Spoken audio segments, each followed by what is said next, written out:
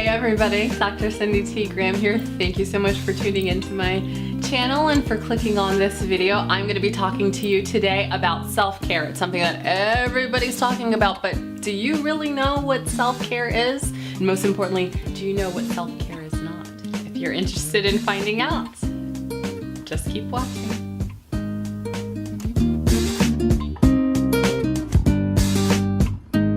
My first experiences with the idea of self-care came when I was working one-on-one with kids diagnosed with autism spectrum disorder. And so self-care pretty simply meant the degree to which somebody could take care of themselves.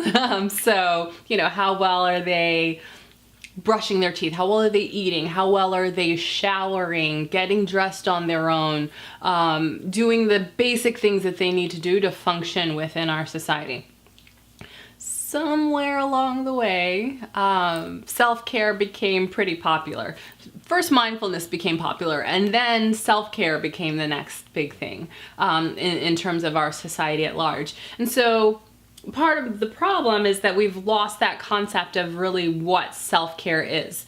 If you want a really if you want a more in-depth discussion of what self-care is, please be sure to check out my blog where I talk about it in more detail. I'll link that below for you.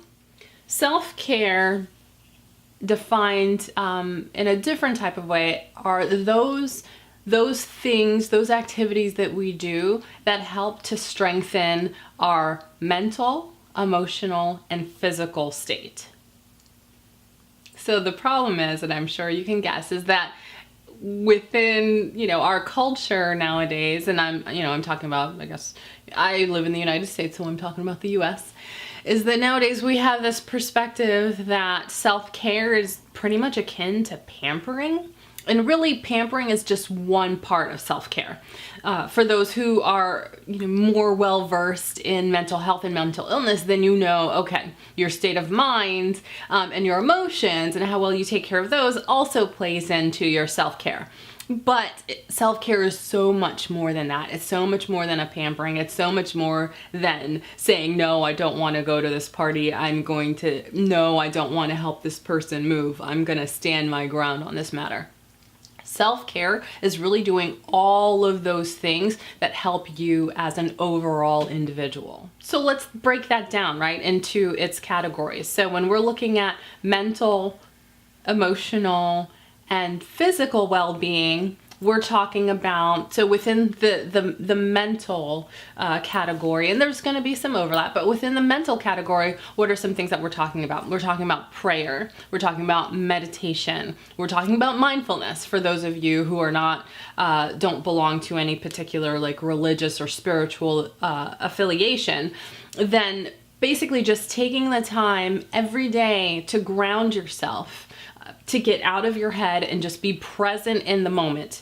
Present in the moment meaning don't be distracted about what your anxious thoughts are. Don't be thinking about what you did or didn't get done at work today or what you have to do for tomorrow. Try not to think about what you need to get your kids for school so they can be ready to do their project that they have due next week. It means literally being still in the moment that you're in and just experiencing what is going on around you.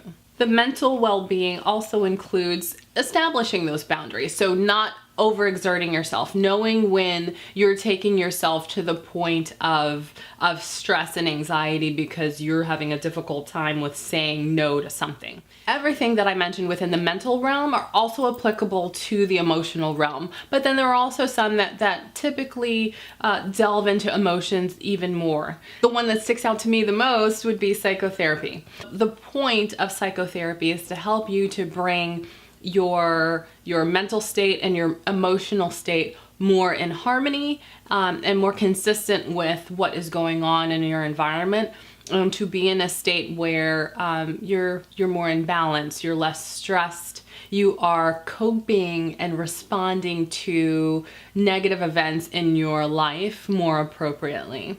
So that's an important part of self-care. And so I'm not saying that everybody needs to be in psychotherapy, but what I am saying is that everybody needs to make sure that they have appropriate coping skills, appropriate ways of dealing with adversity that comes in their life. So you may be the type of individual that never ever ever needs to go to therapy at all in your life, and that's great and that's awesome. Psychotherapy can be immensely helpful in helping you to integrate a more adaptive way of responding and handling what's going on in your life. Another important part of emotional functioning is to reach out to people socially, to make sure that you're establishing and maintaining your social connections. And this can be hard. Trust me, I understand, because this is probably one of the things I struggle with the most, is that I sacrifice my time with friends and hanging out for all of the other things that I have going on in my life, for my family, for my work. Yeah, pretty much my family and my work. I tend to sacrifice my interactions with friends.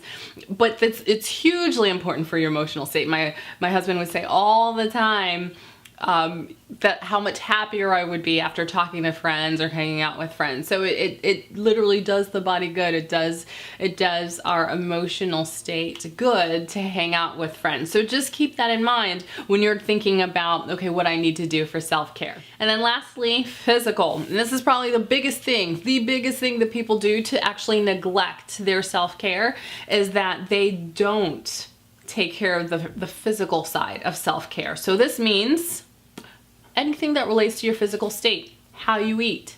So if your eating is not in balance, if you're under-eating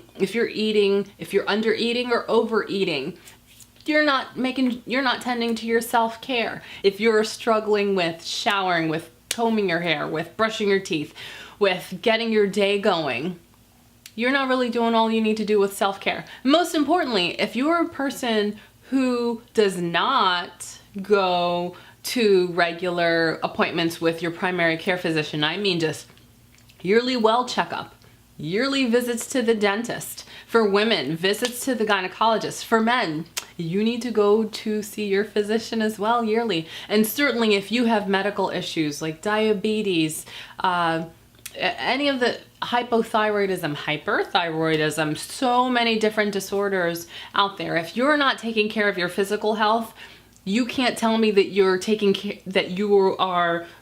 are appropriately doing self-care. So if you're telling me that you're tending to your self-care because you go to spa days or you take, time out each week to go to the library, but you are not keeping up with your regular checkups or your regular physician's appointments, you are not actually living a life of the best self-care that you should be, or even your self-care is just inconsistent. Just keep in mind the things that you need to be doing to bring your self-care more in sync. Make sure that you're really tackling the mental, emotional, and physical aspects of your life, and that is the best way to make sure that you're ensuring self-care. Just comment down below with one thing that you do to practice self-care and one thing that you should be doing to practice self-care. I hope that you really enjoyed this video. Be sure to check out my blog where I talk a little bit more about self-care. Like I said, I'll link that below. And if you really enjoyed my video, please do subscribe. You may even want to hit that notifications bell so that you know when I'm uploading new videos. And yeah, definitely stay tuned because I've got more videos to come. Thanks for tuning in. Bye.